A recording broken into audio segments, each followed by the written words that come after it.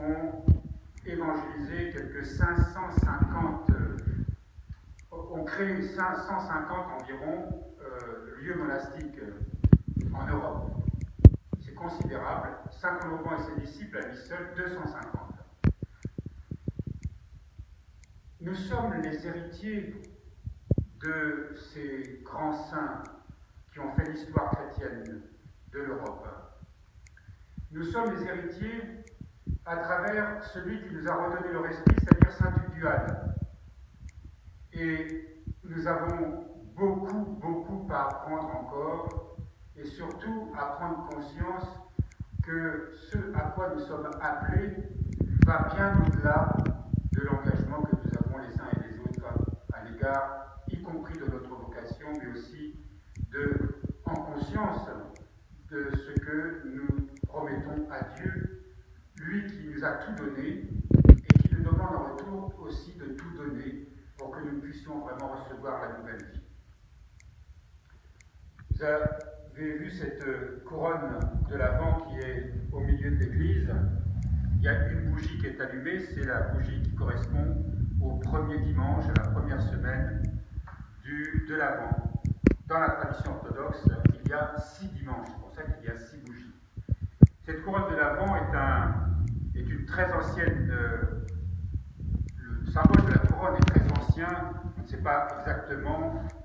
Est-ce que c'est d'origine, on pense que c'est d'origine nordique, ou germanique peut-être, mais il s'agit elle est devenue chrétienne, si je puis dire, grâce à un pasteur protestant, je crois que c'était au XIXe siècle, qui a eu l'idée de mettre 4 bougies et puis des petites bougies intercalaires qui représentaient vraiment les 3 semaines, plutôt les 4 dimanches qui conduisaient, avec évidemment les jours de la semaine, qui conduisaient à la fête de la Nativité. Et cette idée est géniale, parce que Anne-Françoise, enfin j'ai donné un modèle, mais Anne-Françoise a créé un livret de prières de l'Avent à l'usage des fidèles. Donc je vais donner une structure, mais elle a été chercher des prières de l'Avent sur Internet, des prières à la Vierge Marie, et puis nous avons voulu insérer la lecture d'Isaïe, parce que vous savez que nous lisons le livre d'Isaïe durant tout ce temps de l'Avent. Elle a choisi des extraits parce qu'il y a des passages qui sont soit que c'est trop long ou peut-être un peu compliqué à comprendre. J'ai pas eu à faire beaucoup de corrections dans le choix de ces textes, donc je la remercie ici, elle n'est pas présente, mais pour le travail qu'elle a fait. Nous avons été cet après-midi tirer ses photocopies et elle va les relier, elle est en train de le faire d'ailleurs. Donc chacun pourra disposer, au moins dans les familles, disposer de ce livret de prière de l'Avent. Tous les jours, il y a une prière différente. Tous les jours, il y a un petit office où on allume une bougie. Alors évidemment, lorsque nous allons arriver demain soir à Vêpres, nous allons allumer la 2e bougie. Et durant toute la semaine, on allumera 2 bougies. Lorsqu'on arrivera à la 3e semaine, on allumera 3 bougies, et ainsi de suite, mais tous les jours de la semaine, et on continuera d'allumer 3 bougies, puis 4, puis 5, puis 6, évidemment. Le dernier dimanche tombe le 22, c'est-à-dire 3 jours avant Noël. Mais tout ceci doit nous plonger dans une véritable attente. Le grand thème de l'Advent, ce qui doit advenir, l'Avent vient de ce verbe advenir, ce qui doit venir. Ce n'est pas une fête qu'on commémore, comme le souvenir d'un événement. C'est une fête que nous devons vivre comme si elle se passait réellement. La naissance du Christ est un événement que nous allons vivre. On dit souvent que, évidemment, la crèche, c'est aussi la grotte de notre cœur, c'est cette rencontre véritablement avec l'enfant Jésus dans notre cœur.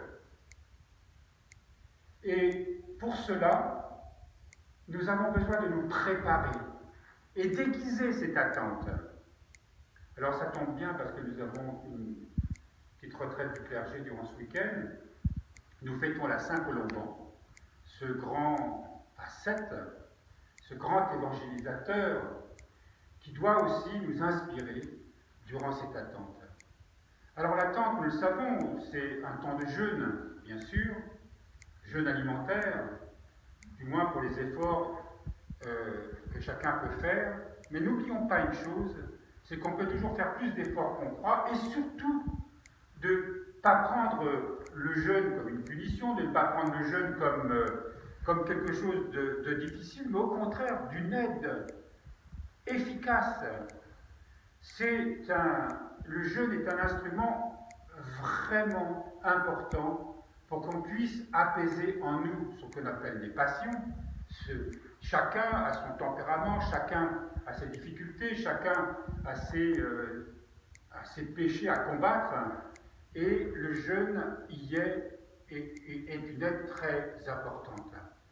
Et nous le savons, et surtout dans un monde consumériste comme le nôtre, où au contraire on nous invite sans cesse à nous gaver, où Noël c'est un gavage absolu, eh bien au contraire nous allons faire quelque chose, un événement, une fête, une rencontre dans la crèche, où nous allons faire partie de ceux qui, comme les bergers, comme les mages, vont vénérer en réalité, comme un événement qui se produit vraiment, ici et maintenant, dans notre cœur et aussi dans notre communauté, dans nos églises, vraiment cette rencontre avec le Christ et être illuminé par sa lumière.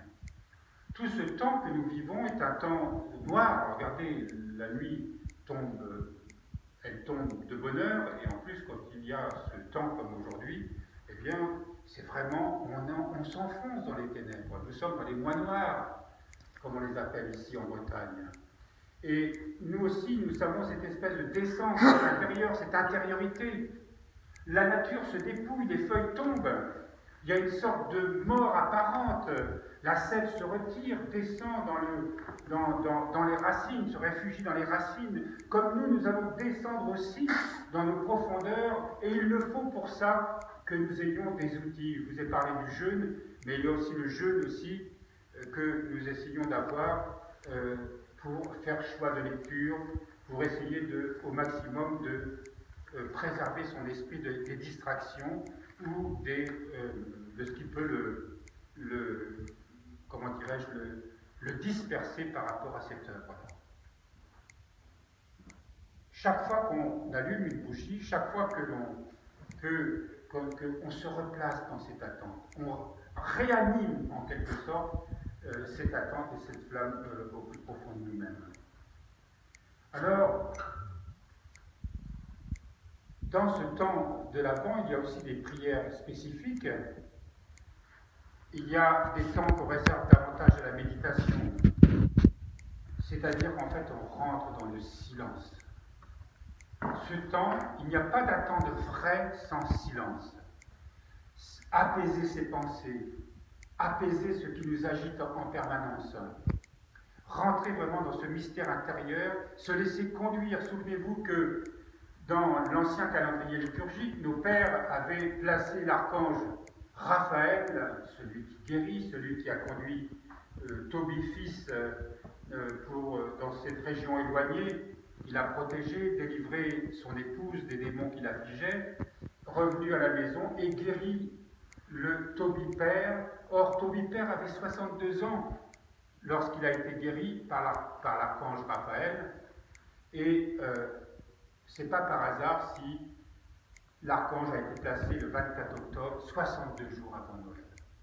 Cela signifie que nous sommes guidés, parce que dans la nuit, nous sommes aveugles.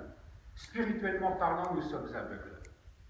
Mais par la voix de l'ange, par l'esprit nous guide, nous éclaire, nous inspire, nous aide au discernement. Toutes ces choses-là sont une réalité.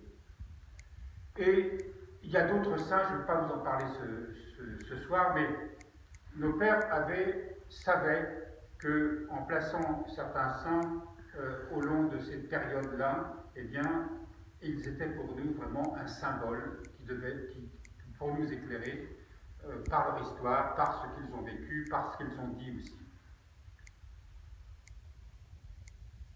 Lorsqu'on attend quelqu'un de très cher, notre cœur a une sorte de fête, de joie. Lorsqu'on est vraiment on se réjouit d'avance. Et on sait qu'il va arriver tel jour à telle heure. Et notre cœur s'y prépare. On prépare sa maison. Soi-même, on se prépare. Il y a là l'objet d'une rencontre qui doit nous paraître extraordinaire, qui illumine déjà notre quotidien. Ce qui est vrai dans l'ordre humain, pourquoi ne le serait-il pas dans l'ordre spirituel? Pourquoi notre cœur ne serait pas se prépare déjà à cette joie? Le sentiment vraiment d'une rencontre qui va être quelque chose qui va totalement illuminer notre vie, qui va changer radicalement quelque chose dans notre vie. C'est ça le temps de l'Avent. Parce que lorsque nous aurons rencontré vraiment le Christ, cet enfant Jésus que nous aurons reconnu, adoré, ensuite nous le suivrons. Nous le suivrons et dans la chronologie des événements des évangiles, évidemment, nous irons avec lui jusqu'à la Pâque, où nous passerons par cette mort et cette résurrection, pour nous ouvrir à la descente de l'Esprit. Et comment accomplir tout ce processus si déjà nous ne nous sommes pas déjà préparés à cet événement qui est celui de la nativité de notre Seigneur Jésus-Christ. Donc c'est pour ça que lorsque nous avons repris cette année, cette coutume qui est proprement occidentale, mais que certains orthodoxes aussi ont pris, eh bien c'est pour raviver en nous cette attente et faire en sorte que peu à peu, dans notre cœur, quelque chose dans cette attente s'amplifie. À mesure que le silence en nous s'établit, à mesure que quelque chose en nous se creuse, crée un espace, ouvre notre cœur pour accueillir cet événement. Et je pense que Saint Colomban, que nous fêtons aujourd'hui, que nous célébrons particulièrement demain, eh bien, il est celui qui a, avec tous ces grands saints que nous vénérons jour après jour, ont su vivre ces événements avec une profondeur que nous n'imaginons pas, avec un réalisme que nous n'imaginons pas.